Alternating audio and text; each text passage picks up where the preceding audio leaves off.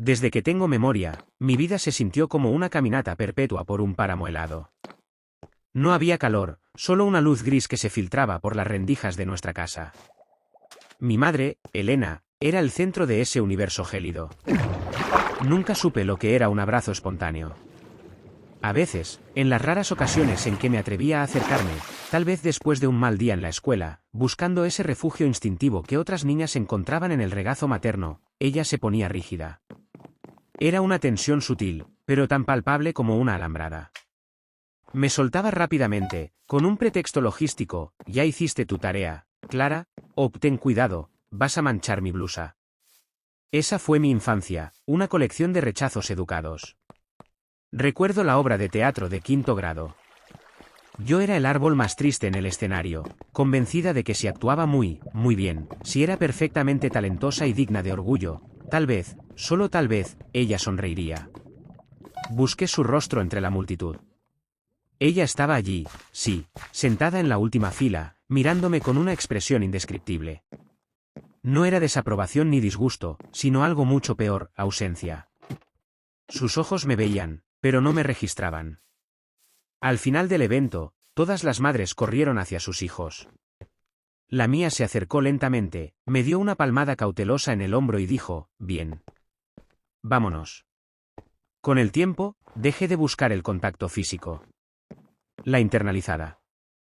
Aprendí que mi existencia era, para ella, una molestia necesaria, una responsabilidad que cumplía con la fría eficiencia de una administradora, pero nunca con el afecto de una madre.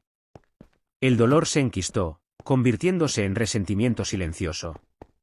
Mi corazón no estaba roto, estaba simplemente atrofiado en esa área específica. Yo crecí creyendo que había algo esencialmente malo en mí, un defecto de fábrica tan obvio que ni siquiera mi propia madre podía soportarlo. La verdad llegó, como suelen hacer las verdades que destruyen, en la forma de un susurro no intencionado. Yo tenía 17 años y la rutina de nuestra casa dictaba silencio después de las 10 de la noche. Bajé a la cocina por un vaso de agua. El pasillo estaba oscuro. Escuché su voz. Estaba en la terraza, hablando por teléfono, algo que rara vez hacía a esas horas. Su voz no era la de la mujer distante y controlada que yo conocía, era tumba, áspera, rota. Llevaba el peso de una batalla perdida.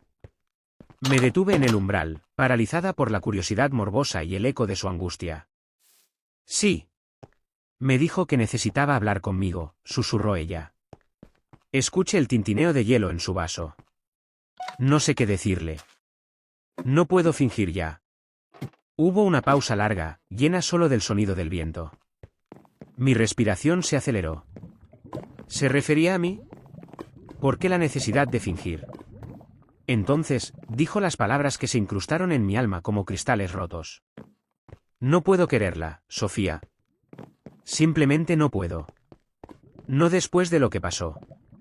El vaso de agua se deslizó de mis dedos, pero logré sujetarlo antes de que toque el piso. El ruido, por mínimo que fuera, debía alertarla, porque la conversación se cortó abruptamente. Me volví y subí corriendo las escaleras, el corazón martilleándome en el pecho. Me encerré en mi habitación. Las palabras giraban en el aire como buitres. No puedo quererla. No después de lo que pasó. El dolor habitual era un aguijonazo constante. Este, en cambio, era un tajo limpio. Por primera vez, comprendí que su frialdad no era solo apatía, era una incapacidad. Una pared de granito que ella había construido. La confirmación me devastó, pero también sembró una semilla perversa de esperanza. Si no podía quererme después de lo que pasó, entonces tal vez el problema no era que yo fuera intrínsecamente mala. Tal vez era una historia que yo no conocía. Un evento sísmico anterior a mi conciencia. A la mañana siguiente, no pude mirarla a los ojos. Ella actuó como si nada hubiera pasado. Yo, por mi parte, empecé a investigar. Mi padre había muerto cuando yo era muy pequeña, y mi madre nunca hablaba de él, ni de su vida antes de mí. Nuestro álbum de fotos familiar era llamativamente escaso, algunas fotos de ella de joven, otras mías de bebé, pero casi ninguna de ellos dos juntos. Los años anteriores a mi nacimiento eran un vacío total, cubiertos por el silencio tenso de Elena. Empecé a buscar esa historia que cubría la frase "lo que pasó". La única persona que mantenía un contacto más o menos constante con Elena era mi tía Sofía, hermana de mi madre. Ella vivía en otra ciudad, pero ocasionalmente venía de visita. Era la Sofía de la llamada. Cuando supe que vendría a la ciudad por un fin de semana, planeé mi ataque. La abordé en un café tranquilo, lejos de la vigilancia de mi madre. La vi entrar, una mujer de mediana edad con la misma elegancia sobria de Elena, pero con algo suave y triste en sus ojos. Ella me tranquilizó, pero su saludo tenía un matiz de nerviosismo. Clara, qué gusto verte. Creí que, bueno, tu madre no me dijo que vendrías. Tenía que verte, tía. A solas, dije, mi voz temblando ligeramente. Puse directamente las cartas sobre la mesa. Necesito saber por qué mi mamá me odia.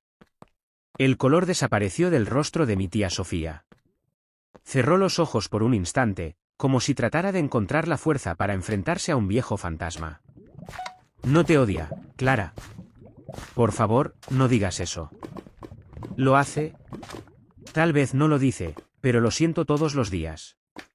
Y la escuché. La escuché diciéndote que no puede quererme. Que no puede, después de lo que pasó. Mis ojos se llenaron de lágrimas, pero hice el esfuerzo consciente de no dejarlas caer. Necesitaba que ella lo viera, la herida purulenta que había cargado durante 17 años. Sofía suspiró, la vista fija en la taza humeante de capuchino. Elena es una mujer rota, Clara. Es una sobreviviente. Ella procedió a contar una historia que no pertenecía a mi vida, sino una novela de terror que se desarrolló en la vida de otra persona. Una vida que, sin embargo, era la de mi madre. Me habló de la época universitaria de Elena. De un evento traumático, violento e imperdonable que ocurrió una noche, hace casi 18 años. Un compañero, un monstruo, la ataca, murmuró Sofía, la voz ahogada. Fue horrible, Clara. Terrible. Ella tardó meses en siquiera salir de esa habitación. Yo escuchaba, petrificada. No podía respirar. El mundo se había inclinado sobre su eje. La frialdad de mi madre, el muro, la ausencia, todo estaba siendo recontextualizado por el horror. Y luego vino el peor golpe, continuó Sofía, limpiándose una lágrima furtiva. Ella descubrió que estaba embarazada. Estaba devastada, por supuesto. Su cuerpo, su espíritu, todo había sido profanado. Y de pronto, ese horror tenía una presencia física que crecería dentro de ella. El aire me faltó. Me ahogué con una bocanada de café. Ella mostró la interrupción, dijo Sofía suavemente, entendiendo mi mudo horror. Habló con la familia, con terapeutas. Pero al final, Clara, ella no pudo. Había una pequeña parte de ella que, a pesar de todo, se aferró a la idea de la vida. Te eligió a ti. Me elegí a mí. Me elegí a mí sabiendo que yo sería el ancla perpetua de su dolor. Pero nunca sanó.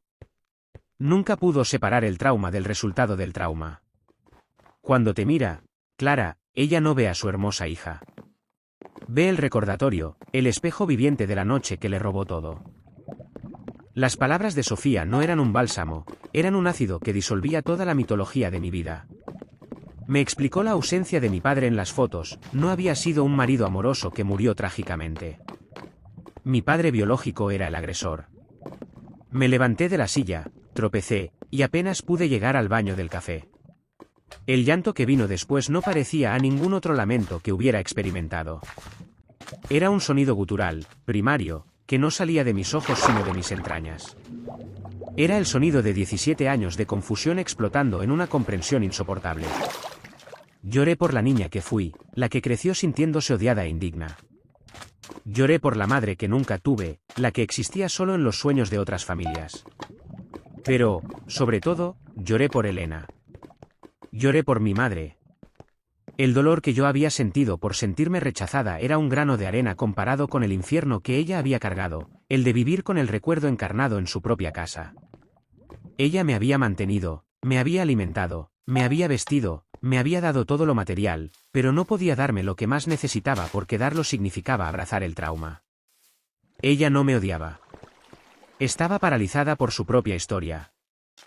Yo era, para ella, el monumento vivo a su violación. Esa noche, cuando regresó a casa, la miré con ojos nuevos. La vi lavando platos en la cocina, con esa espalda erguida y tensa que siempre había exhibido. Antes, esa rigidez me parecía un signo de su resentimiento hacia mí. Ahora, me parecía el esfuerzo desesperado de alguien que intenta mantener sus órganos internos en su lugar. Vi la delgadez de su nuca, las líneas finas de preocupación alrededor de sus ojos que nunca fruncía en una sonrisa. Vi a la chica a la que le habían robado su futuro, obligada a convivir con un recordatorio permanente de esa noche. ¿Cómo podría haberla querida, si quererla significaba dar permiso al dolor para que la consumiera por completo? Mantener la distancia era su única forma de supervivencia. El amor que yo había buscado era un amor que ella no podía permitirse. Estaba roto desde el origen, fracturado antes de que mi corazón comenzara a latir. Pasaron días antes de que me atreviera a hacer algo. La nueva verdad era una carga pesada, una responsabilidad emocional que me obligaba a cambiar de rol. Yo era la hija, pero ahora también era la guardiana de su secreto y la única que podía empezar a tender el puente. Una tarde, ella estaba en el salón, leyendo un libro con esa concentración rígida que usaba para evitar la interacción. Me acerqué lentamente al sofá, algo que normalmente no hacía.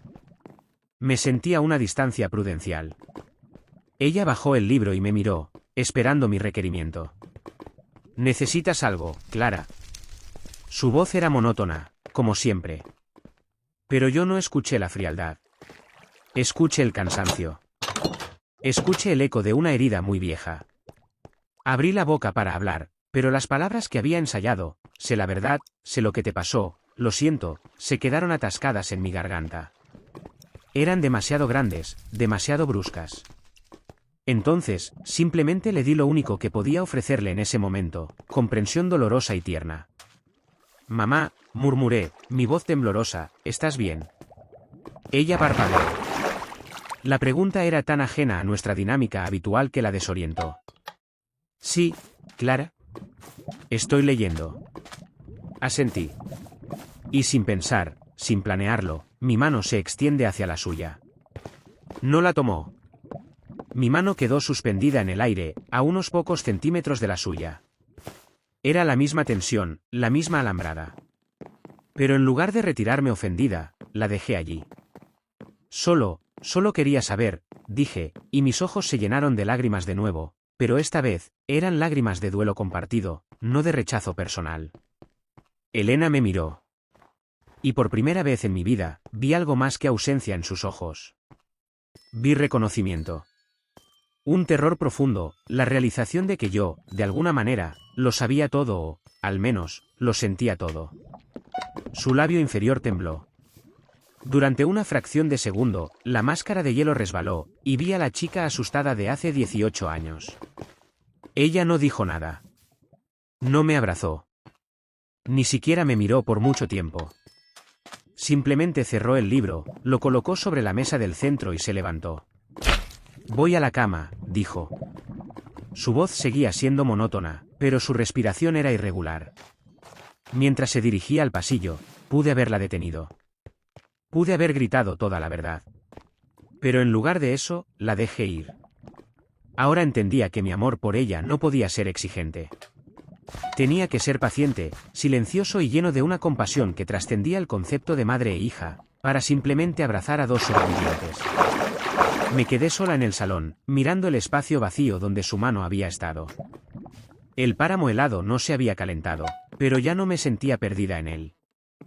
La verdad me había despojado de la ilusión de un amor fácil, pero me había dado algo mucho más difícil y real, la posibilidad de amar a mi madre, no a pesar de su frialdad, sino a causa del horror que la había creado. Sabía que el camino sería largo.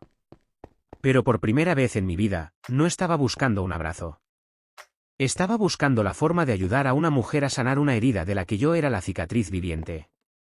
Y en esa compasión recién descubierta, encontré la única forma de amor que realmente importaba.